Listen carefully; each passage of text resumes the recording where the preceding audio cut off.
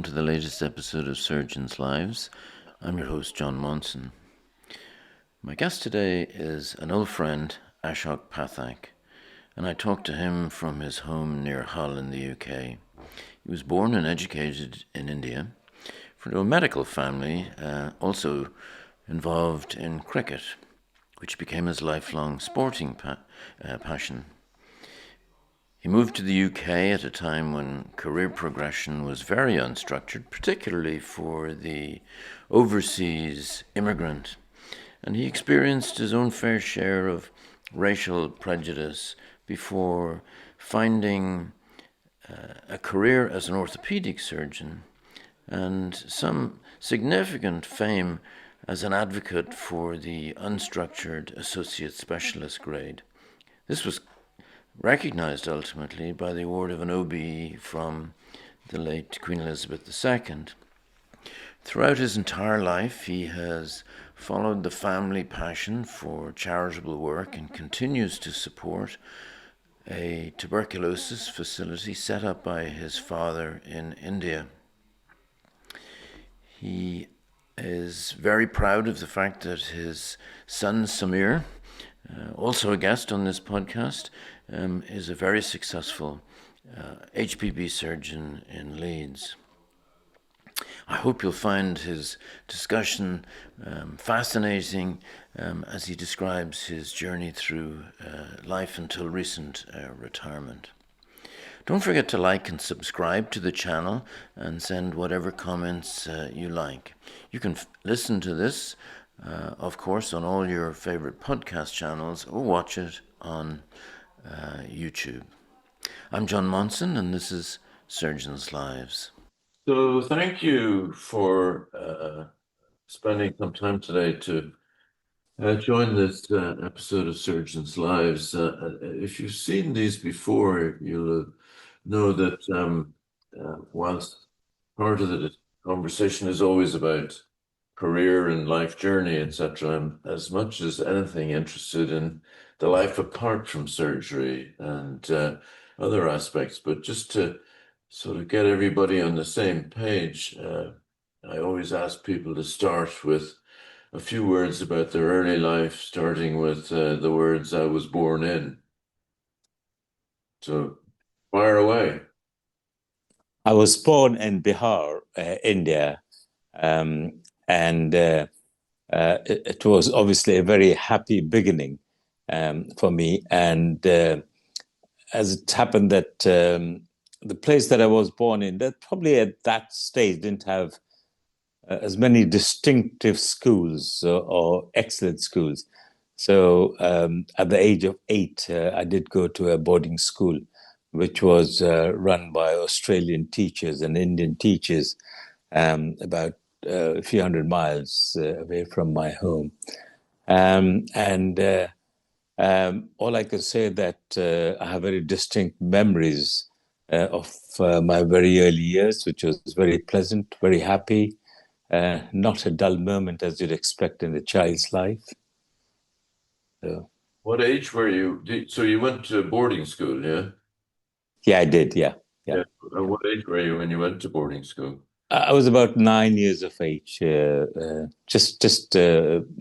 9.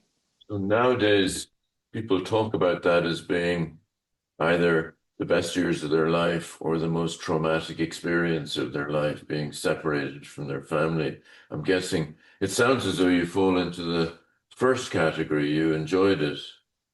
Yeah, I clearly enjoyed it, but I have to admit that at that young age, when you leave your parents' home and your parents, that still sticks with me at this moment of time. And it always perhaps, brings a tear or two to your eyes that at that age, whether you should be separated from your parents or not.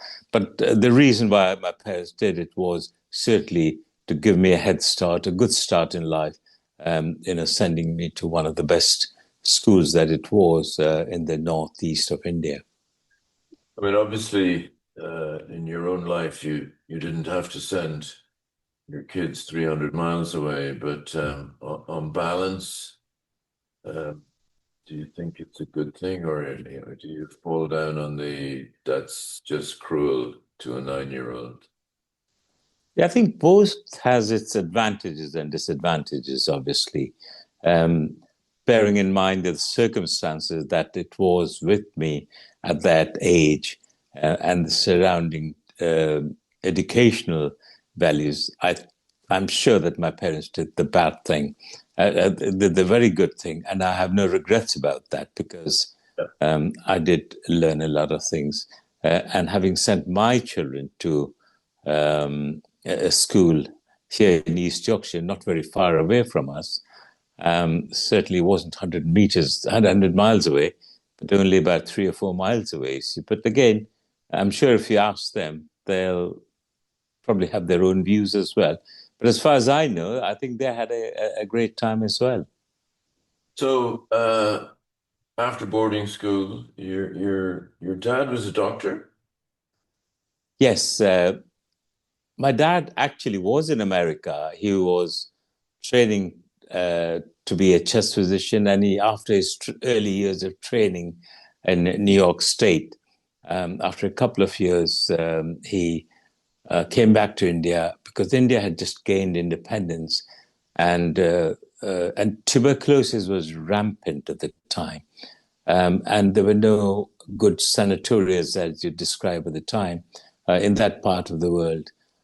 So my dad established the first TB sanatorium in that state, which I'm still trying to run it as his legacy, but I think I'm not doing a great job as he had done, in which he had treated hundreds of thousands of patients free of cost at no expense to the rural population that it served.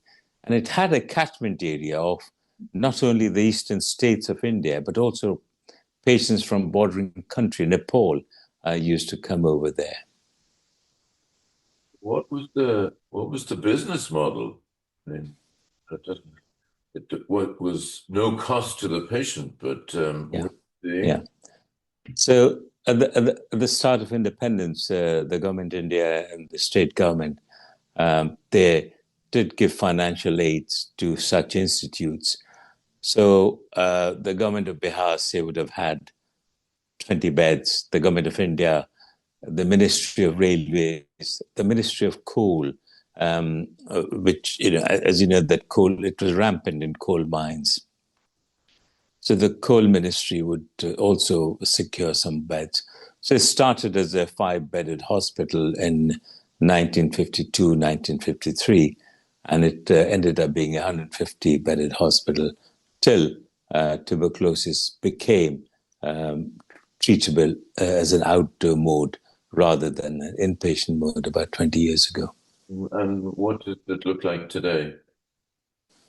It's just an outpatient basis. We run it.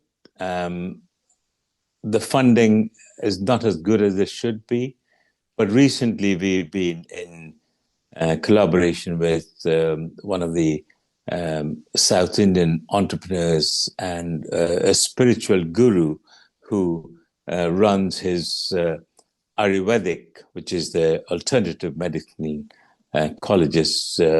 So we have been in conversation, and a memorandum of understanding has been signed to make it into an Ayurvedic college, but at the same time maintaining the tuberculosis outpatients department and further modernize it, and also run a small cancer institute mainly for preoperative and diagnostic and post-operative care because of the situation that where this place is.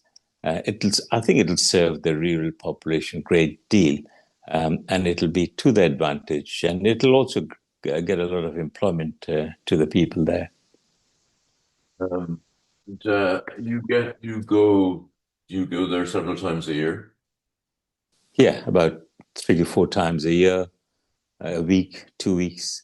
Yeah. And usually the second week, we also combine it as a holiday as well, or use it as a platform, use India as a platform to visit the Southeast Asian countries. So, your background was medical. Were you always going to be a doctor? Yeah, I mean, I certainly was influenced by my dad. There's no doubt about that. And also, whilst in school, the teachers that I had, they were very encouraging. And perhaps they did force you to choose what you wanted. But I think even at that stage, or in that era, they had their psychological tests. And, they did one of those on every one of us. I think there were 60 of us in that year.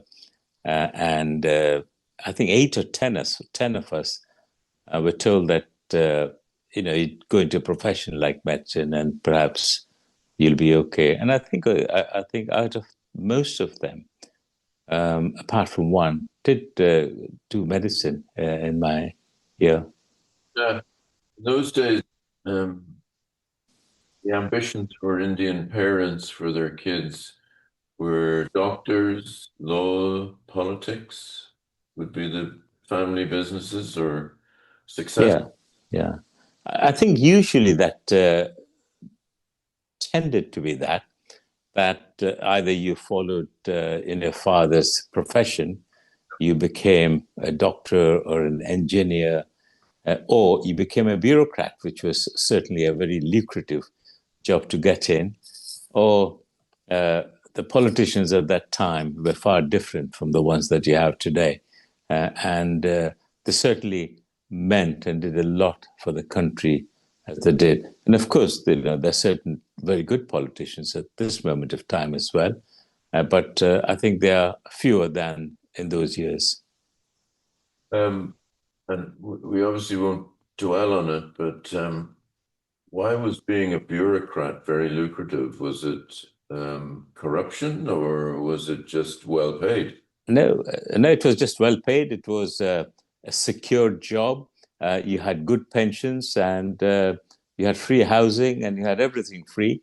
It provided for you. So I suppose the salary was just the pocket money. Exactly. So, medical school in India. Correct. Medical school, and ironically, the medical school that I went to was called the Prince of Wales Medical College, and obviously it was established in 1925. And we've just celebrated this centenary earlier this year, and that happened to be the fourth oldest medical college at the time, and certainly in its era, it was one of the best as well. Certainly the top six in the country till about 30, 40 years ago. Now, you followed a well-trodden path of, I'm guessing, hundreds of thousands from the Indian subcontinent, India, Pakistan, Bangladesh, and traveled to the UK. What was that just a done thing, or was it a focused ambition, or what made you do that? I think when you looked at your seniors who'd gone abroad and come back, your teachers, your professors, you obviously imbibed some of the characteristics, or you heard from them about their lives and the way the training was done. And it was always a good idea that you move away from your place of study, your initial origin of work. So I did. I moved away from Patna, which was in the Bihar state, and then I went to Delhi for a couple of years.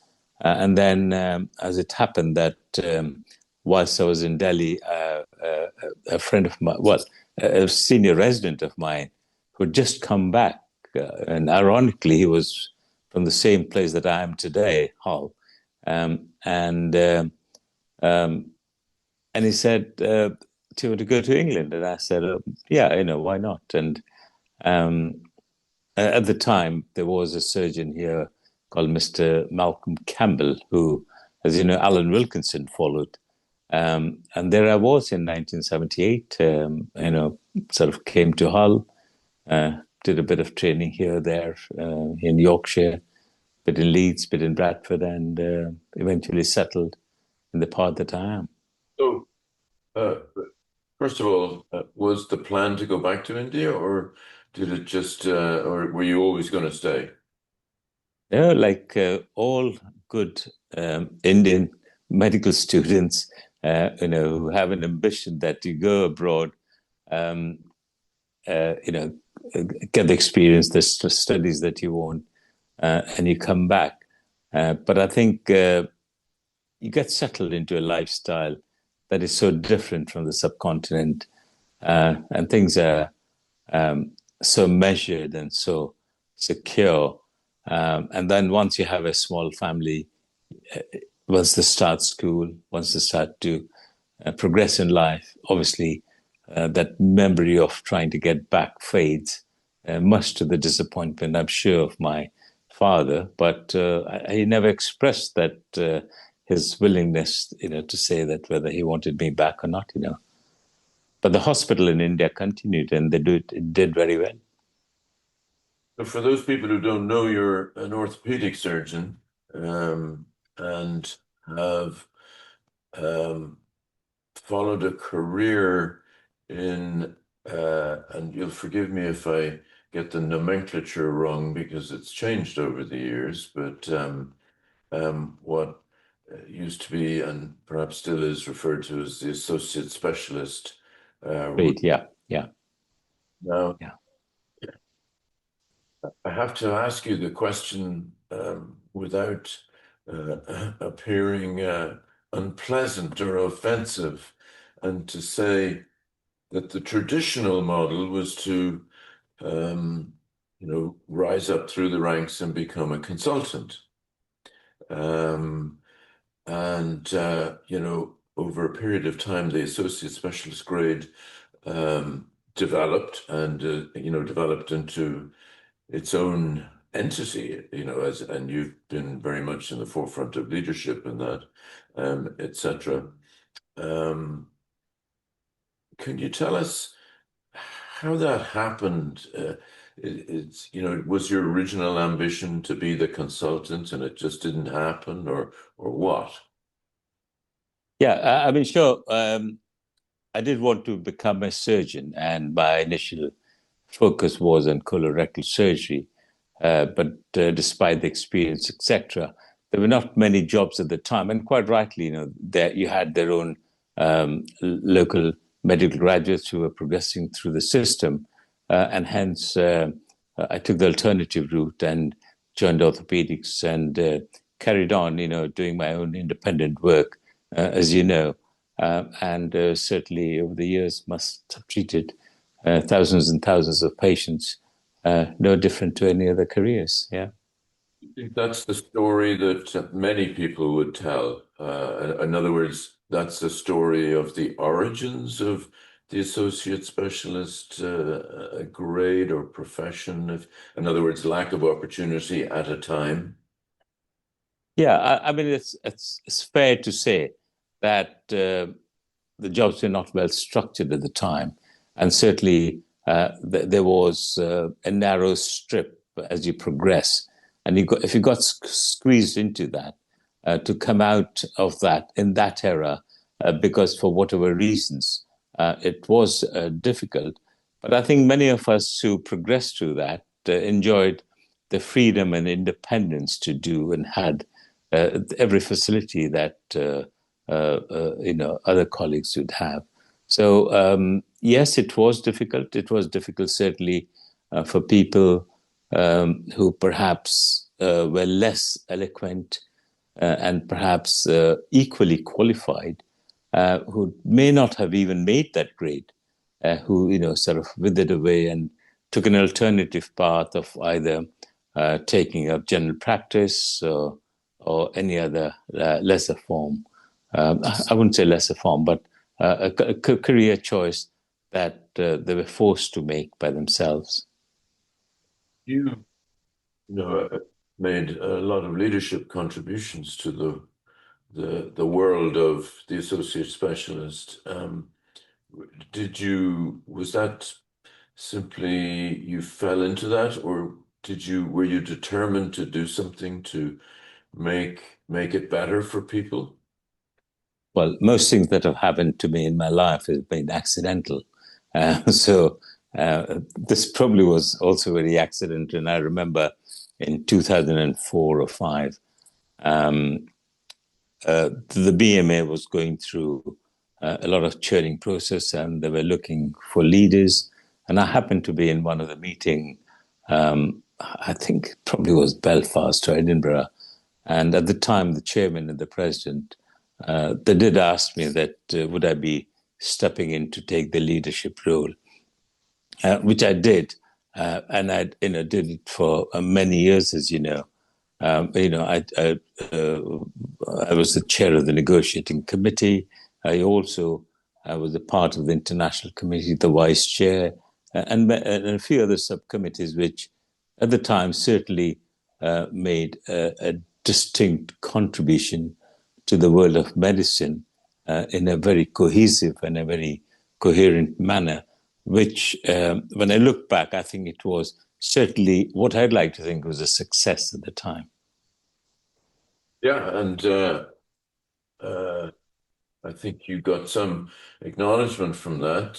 For that, it should be noted that you received your honor. Now, did you, I can't remember what it said you received your honor for your OBE. Was that for that work or for your Yeah. It was for services to medicine in England and in India. So obviously the Queen must have recognized, or she must have been recommended by somebody who had found out about the work that I did. And it certainly wasn't cricket, It was just only medicine, as you know.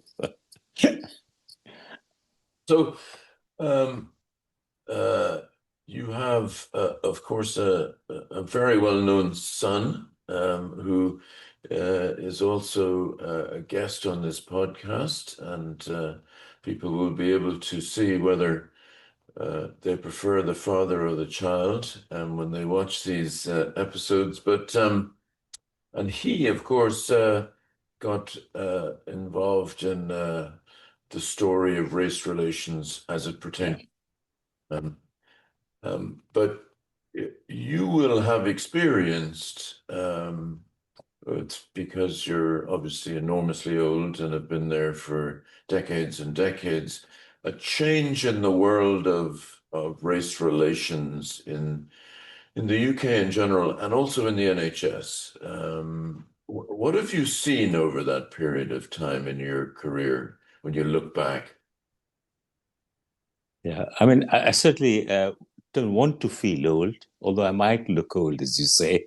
But the NHS has seen the changes that it has, and people who have been through it.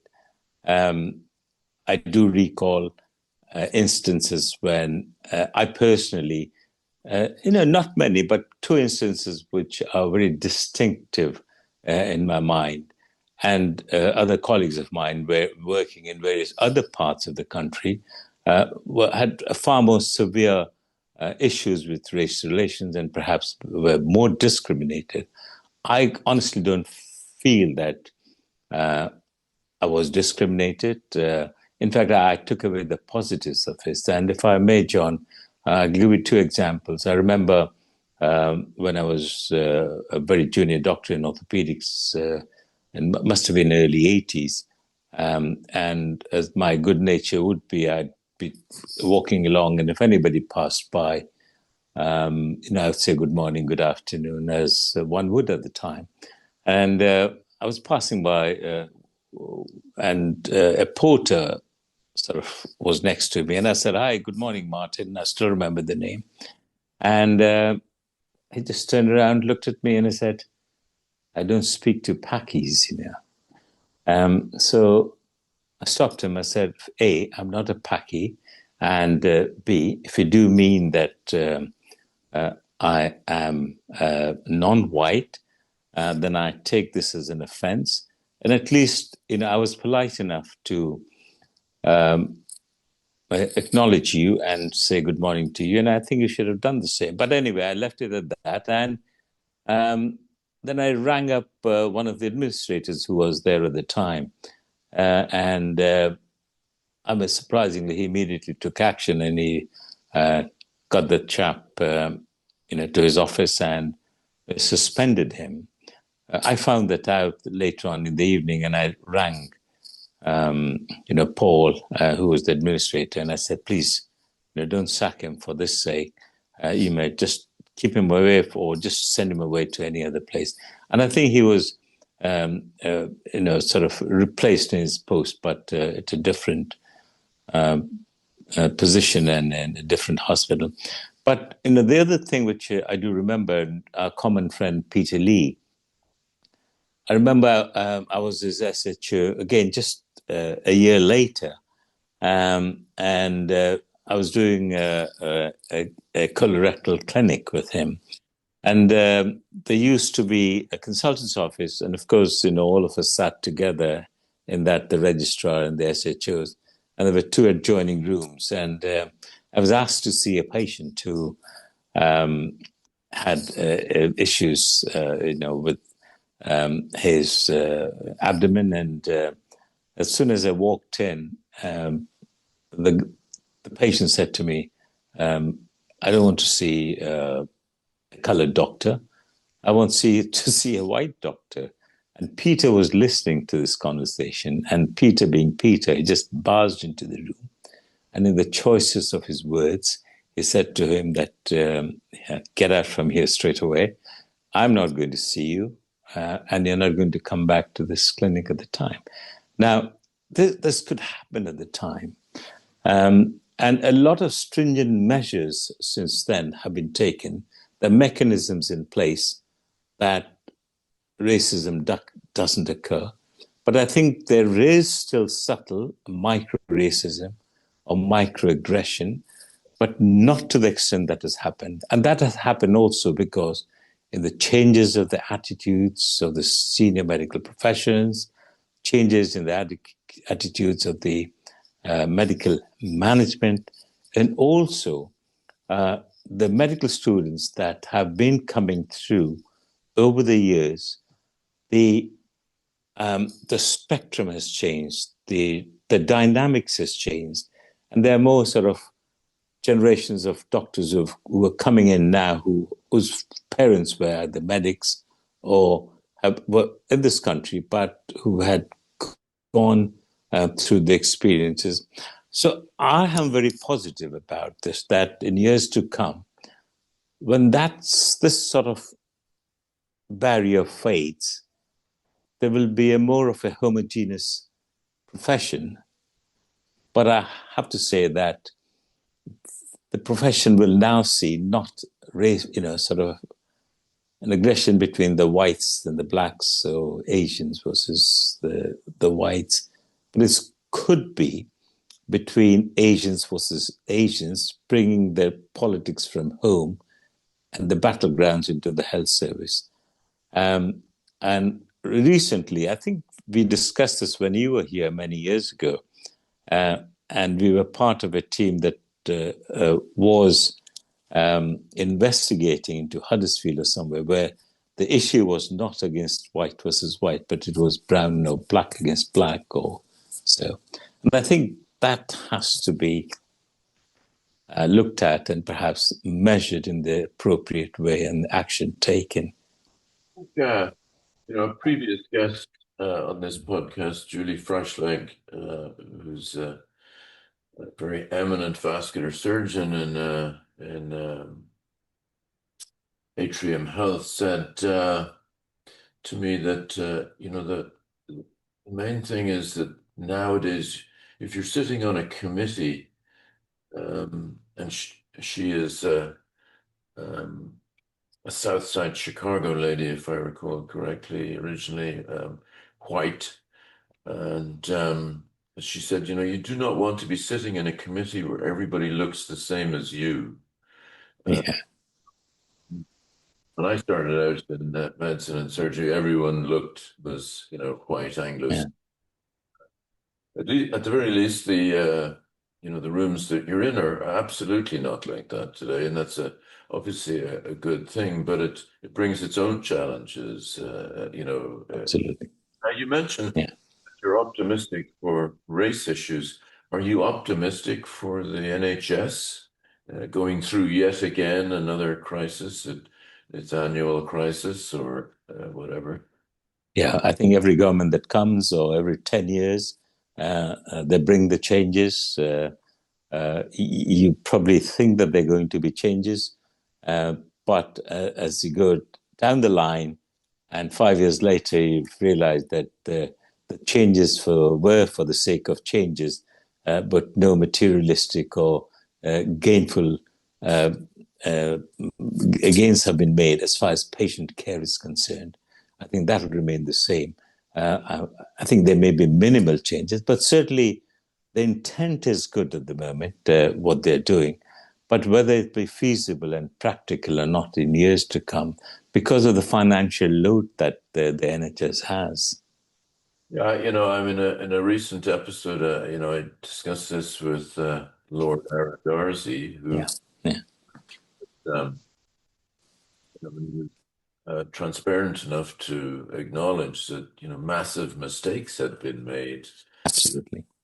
Yeah, and in yeah, it, the collapse and COVID and one thing or another. But nonetheless, and the one thing that you and I both lived through was the restructuring of the consultant contract, which was a catastrophe. absolutely, absolutely, absolutely. Yeah. Tell us your cricket life story. Again, my cricketing life began in school. My father being a medic, he obviously uh, never would have encouraged me to become a cricketer. But I had a fantastic Australian teachers who, and one of them, Tom Keogh, played for Queensland. He was the wicketkeeper batsman, and perhaps he took me under his wings and gave me the few tips and the techniques that, they certainly encouraged me to play cricket. So when I left school and came into the wider world of the medical world and the university world, cricket was a big thing there, and perhaps I was lucky enough to have again gone to the medical school in which some of my seniors were great cricketers, and they thought that I might be able to play a bit of cricket, so they took me under the wings. I did captain my state school. Then I went on to captain my university cricket team. And then I was the first ever cricketer from that university to have been the vice captain of the combined universities of Eastern of India, and also then played state cricket at the time. So that was it, at the time. Yeah. That a pathway sometimes towards first class cricket? And could it have been a career? Well, I did play first class cricket. What I spoke to you about. The university cricket was the Rohinton Barrier Trophy. The Eastern was the Visi Trophy, and of course the Ranji Trophy is very big in India. And I did play cricket, for the state as well. Um, yeah, I mean, although people think, and I know you think, and some of my colleagues think that I could have gone to play even better cricket at a different level. But I do think, frankly, that I was geared up for that, or at least I was split between my profession of medicine and cricket.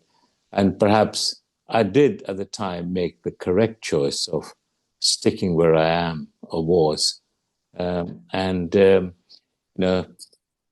50, 60 years behind the line, when I look back, I think I had a reasonable career in cricket. And as you know, we played in England as well. And we had a great team made up of only professionals, but these professionals were either doctors, lawyers, or teachers. And, So we had what. let me press you on that a little bit. So you straddled an era, or two eras, I should say, after you came the full-blown professional game that we see today, and before you, long before you, I hasten to add, was the truly amateur era of the gentlemen cricket players, etc. Absolutely. Um, and it's always very hazardous to compare eras, and who's better and all that sort of stuff. But it always strikes me when I look at the elite sports people in any sport that it's the talent is one thing. You need enough talent, but what is irreplaceable is the mentality. And it's the 6 inches between your ears, as they say, that determines. And as you say, being split between two aspirations is usually not a recipe for elite sports playing. I mean, you know what I'm getting. Yeah, Um, yeah, was yeah. it? You think your deficiency, if you like, that's my word, not yours, would have been um, the determination, ambition, or the skill set? I think a combination of both. Um, at the time, particularly in the Indian cricket scenario, um, you had people like Sunil Gavaskar, Jimmy Amarnath, uh, Brajesh Patel, Farooq, engineer, but senior and all. And they were absolutely brilliantly talented, I mean, there's no doubt about that. And they had the grit and determination. They were so disciplined. They were so disciplined. I know most of them, and Dilip Vengsarkar, of course. And they were so disciplined that even now they follow that. And I probably lacked that. I probably was more suited to be a doctor and perhaps, so, determined, but at the same time, um, not always vying for, um, you know, because I wasn't interested in making a lot of money or a lot of that. And good enough to be a doctor and make a successful career out of that. I think there were challenges in my time also, because the part that I came from, and that was East Zone of India, that certainly wasn't the part that you would, or you even had a great chance of making it to the national team. Because in my time, if I remember correctly, there were only two or three players in that era, in those 10, 15 years, who made it to the Indian team. So there was a bit of luck, bit of everything. I think added to what I am today. But I certainly haven't any regrets, because I used my cricketing talent to nurture and take advantage of my contacts to establish the Cricket Beyond Boundaries with my son, which is a charitable organization, which is fairly recent. But prior to that, for nearly 14 years, we had the privilege of getting cricketers who were underprivileged and some very privileged to play for Hull, York, the South Bank. Otherwise, this part would have never seen the cricketers that we had and the matches that we organized. And the East Yorkshire general crowd could see the talent that was brought in. And that perhaps, I'd like to think that just instilled a bit of enthusiasm at the time into these people to get cricket what it is in East Yorkshire, at least. You mentioned that you set up Beyond Cricket with your Cricket. son, the charitable giving back, if you like. Yeah. It's clearly a family business. Your father was, set up the. Yeah. um, Where did that family philosophy of giving back and repaying and paying forward and contributing charitably, where did that come from? I don't think it was ever spoken about in the dining room or the dining table as such. But certainly in my growing up years, I could see the number of people that used to visit our house. It was an open house, and most Indian houses are very open, and they're very hospitable. But then, these little things that my father did not only establish the hospital, but he created a school for girls. The first ever school for girls was created in that area, which over the years has churned out thousands and thousands of girls into the wider world who've been educated and learned so much from there. We also, the first ever college, like a university college, was set up by him. Then a children's school where toddlers and up to students up to 8 years of age could go there and get the curriculum and the education that they needed. So perhaps all these things were imbibed rather than spoken to in the dining room or elsewhere. So I was very fortunate, and the way my father led his life, and I suppose Sami probably saw that as well when we used to visit when they were around, and I think he probably got it more from him than me. Family, you are an example that we can do better for others. So to acknowledge that. Now, let me switch paths a little bit for the time that's left to us. It used to be said, I think it was Lord Tebbit, if I recall correctly, that there was a test for Britishness. I think he called it Britishness, which was when you were watching a test match between England and India, who would you support? Yeah, my answer to Lord Tebbit was at that time, and even now, that it's an analog that I use. And we were in Australia in 1992 watching the World Cup, and it was Pakistan versus England. We were in the crowd, 90,000. There were 5,000 just white faces.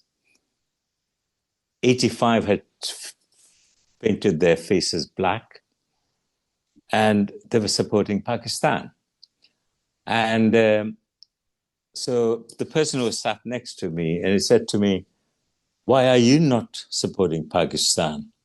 I said, "For the very same reason that you're not supporting England, And, so for Lord Tebbit to have made this statement at the time, he obviously wouldn't have seen a cricket match in Australia when all the expats were supporting Pakistan rather than England at the time. But, having said that, as far as rugby, hockey, ladies cricket, ladies football, everything is concerned, I support England. But when it comes to men's cricket, I probably still support India. It has to be, sort of.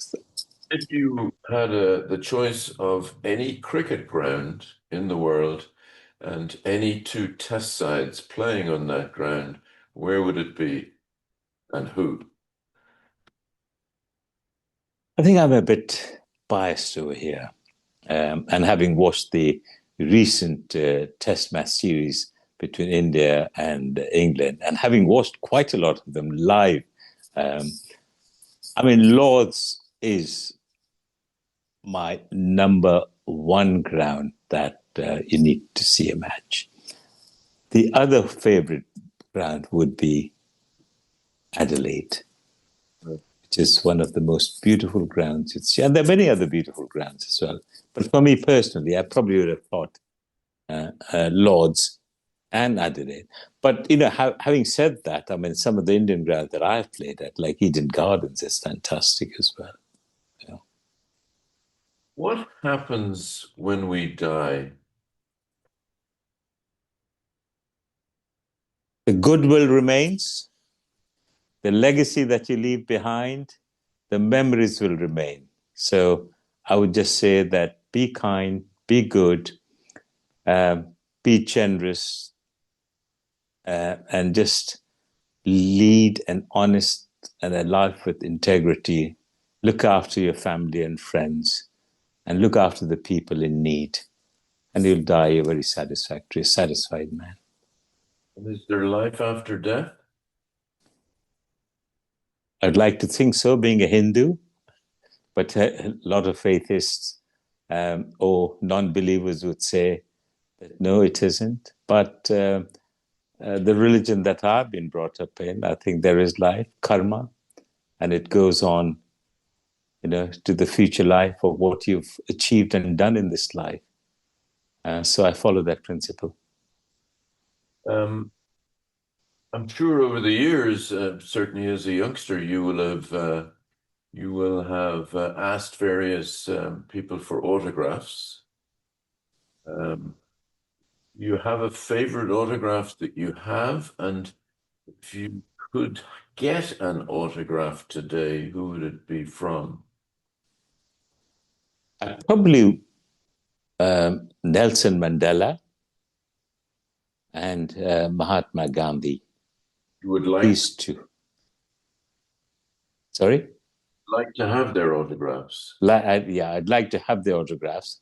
I met none of them. Of course, a lot of other leaders I have met and in my lifetime, but certainly these are the two that I haven't met. That I'd love to have the autographs, or even have a chat with them in my next life if I meet them. Do you have a favorite autograph that you own? I had, and my autograph book was lost in the melee of. No, it wasn't mine. It was actually Samir's in the England-Pakistan match that we were alluding to earlier on in Melbourne, and I'd given it to one of my, friends of the cricketing friends, Ramiz Raja, and Pakistan won. There was such a mayhem, and they were so excited that they'd left everything behind, and it got lost in that. I've also lost my autograph book, but I wasn't a great autograph book or collector, So I'm sorry, I probably wouldn't be able to answer that, John. Okay. What talent that you don't have would you love to have? Singing. I'd Sing. love to sing, be or play any of the musical instruments, which I really, I mean, I would love to do that. And, as you know, that some of our colleagues, they're either guitarists or want to be one, pianist, Exactly. or or even attempt to sing. And some of them are really good, And I always said that in the medical profession, you've got two talents. Probably the second talent is better than the first one. So I think probably, for you as well, probably a lot of others we know that probably, for me as well, probably the other talent, which I never took up, probably could have been better, but who knows? But that's the way I'd like to think. Tell you, I've raced various cars over the years, etc. And I'm Yes, yeah, talking to a professional racing driver, recently retired, yeah. racing Formula One, etc. And I was saying to him how I just had no understanding as to how he could do what he did, as in the lap times that he could produce compared to me. And I said, it's just beyond my understanding how you do that. And he said, well, let me tell you this. He said, you're a better racing driver than I am a surgeon. Well, that's what I said. The second profession always is Back. probably Um, What about the proudest moment of your life? Um, Certainly, I would probably, if I can say three, um, you know, two when both my children were born, Samir and Sarika, and there's something that you feel that is beyond belief and beyond words. And I think they've lived up to that as well. So that is very satisfying.